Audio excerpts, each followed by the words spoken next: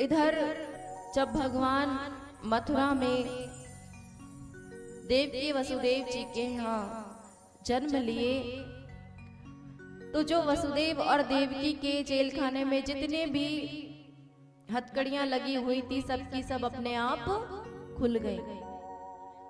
जितने भी पहरेदार थे सबके सब सो गए। क्यों? क्योंकि देखिए भगवान आए थे और जितनी भी ये माया की जेवरी थी जिन्होंने देवकी और वसुदेव को जकड़ के रखा था वो सबकी सब माया की जेवरी कट गई।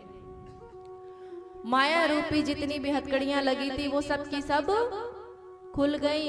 और इधर वसुदेव जी भगवान श्री कृष्ण को लेकर के कहाँ पहुंचे? गोकुल।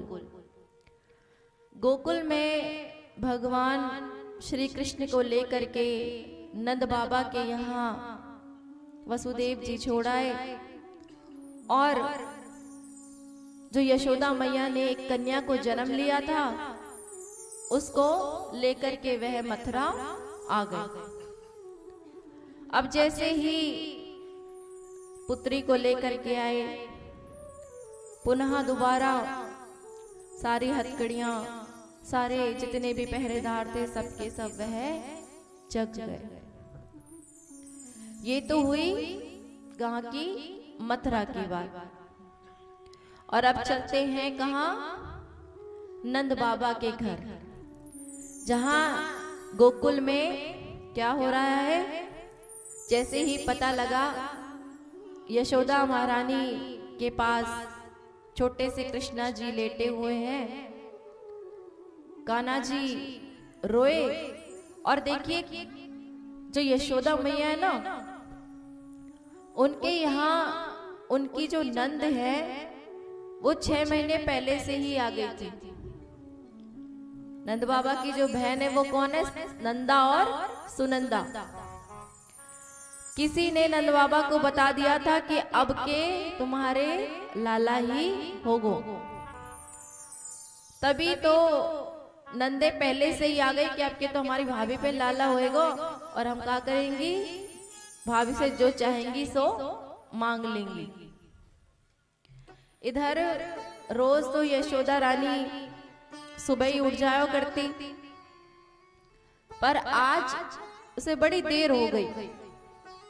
जब बड़ी देर रह गई तो जो उनकी नंद थी नंदा सुनंदा वो सोचने लगी रोज तो भाभी भोर ही उठ जाया करे, न जाने आज ऐसो काहे गो भाभी है जो अभी तक उठी ही ना है। अब नंदा सुनंदा सोचने लगी कहीं ऐसा ना तो ना है कि हमारी लाली पे हमारी भाभी पे कोई लाला है गयो हो। गई भाभी के कक्ष में और जाकर के देखा कि हाँ वहां कोई बालक तो लेटा है पर झीनी सी चुनरिया से वो ढका हुआ है। अब पहले चुनरिया हटाने से मुख तो देख लिया, मुख तो बड़ा सुंदर है, पर डर ये लग रहा है कि अगर लाली भई तो भाभी हमें कछु नहीं देने वाली, ने कादी कछु देगी। पर अगर लाला है गयो तो जो 9 लाख का हार यशोदा मैया का था उसमें नजर थी। अगर लाला है गयो तो हम तो भाभी ते ये 9 लाख का हार ही लेंगी। अब चुनरी जब हटाने की सोच रही है तो पहले भगवान को याद कर रहे हैं कि हे नारायण भगवान हमारी भाभी है तू लाला ही दियो। देखिए वैसे तो पुत्री में कोई बुराई नहीं है, पर पुत्री अगर होगी तो ना उतना नहीं मिलेगा जितना लाला होने पे मिलेगा, क्योंकि नजर जो है 9 लाख का हार पे है। तो इसलिए बार बार भगवान का भजन कर रही है, हे नारायण भगवान मेरी लाली पे मेरी भाभी पे छोरा ही होना चाहिए, कृपा करके उन पे ऐसी कृपा करना कि जो छोरा है जाए। अब जैसे ही उस चुनरिया हटायो और भगवान श्री कृष्ण के दर्शन है गए। बोलिए बाल कृष्ण लाल की। अब तो सुनंदा और नंदा ने क्या था पूरे गोकुल में हल्ला मचा दिया, अरे हमारी भाभी पे लाला भयो, अरे हमारे घर लाला भयो। और लाला भी कोई ऐसा ना चंदा जैसा हुआ है। अब तो अपने भैया दोनों ने भगी कि भैया कहाँ है। इधर भैया खोज रही है नंदा सुनंदा भैया ढूंढती फिर रही हैं, अरे भैया कहाँ हो कहाँ हो। या हमारे नंद बाबा 80 बरस के है गए, अभी तक तो कोई बालक नहीं था। अब नंद बाबा आराम से भजन कर रहे हैं। क्या कर रहे हैं? अभी तो भयो ना है, आगे की पतो ना है। अभी तो भयो ना है और आगे की पतो ना है। नंदा सुनंदा पहुंची और कहने लगे, अरे भैया तुम यहाँ क्या कर रहे हो? तुम जाने हो आज का है गो है? कहने लगे, अरे बता का है गो है, हमें का मालूम का है गो है। कहने लगी, पहले तिजोरी की चाबी दो, जब बताऊंगी का है गो है। अभी तो नंद बाबा कहने लगे, अरे बता तो दे, यहाँ तो वैसी जान सूखे जा रही है। कहने लगे, अरे हमारी भाभी पे सुंदर सो लाला भयो है।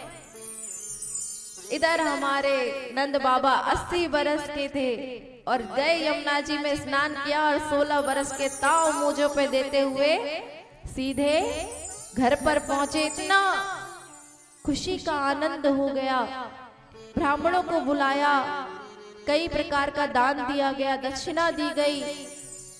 अब जितने भी ब्रजवासी थे, जितने भी गोकुलवासी थे, सब के सब लाला से मिलने आ रहे हैं। जितनी भी गोपियां हैं, सब की सब नंद बाबा के घर जा रही हैं और सब इतनी सुंदर सुंदर बन के जा रही हैं, क्योंकि नंद का जो लाला है वो बड़ा ही सुंदर है। खूब अपना ब्याह के लहंगा फरिया निकाल रही हैं और उन्हें खूब 16 श्रृंगार करके नंद बाबा के घर जा रही हैं। वहां खूब दधी माखन लटाया जा रहा है, खूब आनंद लिया जा रहा है। एक 90 बरस की डोकरी, हमारे ब्रज में जो ज्यादा एज की अम्माएं होती हैं उनको क्या कहते हैं? डोकरी। तो वो 90 बरस की डोकरी वाने भी क्या करो, अब आखनते दिखे तो कम है, वाने भी अपनी शादी को लहंगा फरिया निकाल लियो। अरे नंद के लाला भयो है और बड़ी ही सुंदर तैयार हो रही है। जब तैयार हो रही है, थोड़ा सा आंखों से कम दिखता है, थोड़ी सी गलती हो गई। आंखों में लगाने वाली चीज होठों पे लगा ली और होठों में लगाने वाली चीज आंखन में लगा ली। पर इतनी प्रसन्न है कि आज हम लाला से मिलेंगे। नंद के घर लाला भयो है, सब तरफ खुशी और आनंद का माहौल है। सारे ब्रजवासी इकट्ठे होकर के नंद बाबा के घर खूब धूम मचा रहे हैं, आनंद ही आनंद छाया हुआ है। अब नंद बाबा के यहाँ क्या हो रहा था? खूब मोटे मोटे माखन और दधी के, मिश्री के इतने बड़े बड़े लड़ुआ, लौंदा, माखन के लौंदा ब्रजभाषा में कहते हैं माखन के लौंदा, उसे लुटाया जा रहा था, फेंका जा रहा था, नंद उत्सव मनाया जा रहा था। तो वो डोकरी आई और कहने लगी, वैसे तो उसे पता है कि क्या हुआ है, पर मन से कह रही है कि अरे अरे लालाओ, अरे छोराओ, इतना काय को हल्ला गुल्ला मचाए रहे हो, ने मोए भी बता दे भयो का है। अब जैसी वह बुढ़िया ने, वह डोकरी ने भयो कहने को मुंह खोलो तो वाके मुंह में एक छोरा ने इतनी जोर की माखन का लौंदा मारो कि मुंह में जाती सीधे वो पेट में ही चलोगो। मुंह में दांत ना है, 90 साल के दांत काते हैं। और जैसे ही मुंह में माखन को लौंदा डालो, गटक से पेट में चलोगो डोकरी के। ने का होटल पे लगो तो वह जीभ फेरने लग रही, अरे बड़ा स्वाद लग रहा है ये तो। कहने लगे, अरे जे तो बता दो भयो का है। सारे जो छोरा है तो वो कहने लगे, अरे डोकरी तो माखन को लौंदा भी खिला दियो, जब भी पूछ रही है भयो का है। अरे नंद के घर लाला भयो है और लौंदा खाने तो वैसे ही मांग ले, ये झूठ काहे को बोल रही है कि भयो का है। तो न पता कि नंद के घर लाला भयो है। अब तो सब जितनी भी ब्रजवाला है बड़ी सुंदर सुंदर सज करके भगवान के घर गई, नंद बाबा के घर जा रही हैं और यशोदा मैया से क्या कह रही है? सबकी सब जाकर के यशोदा मैया से बधाई मांग रही हैं।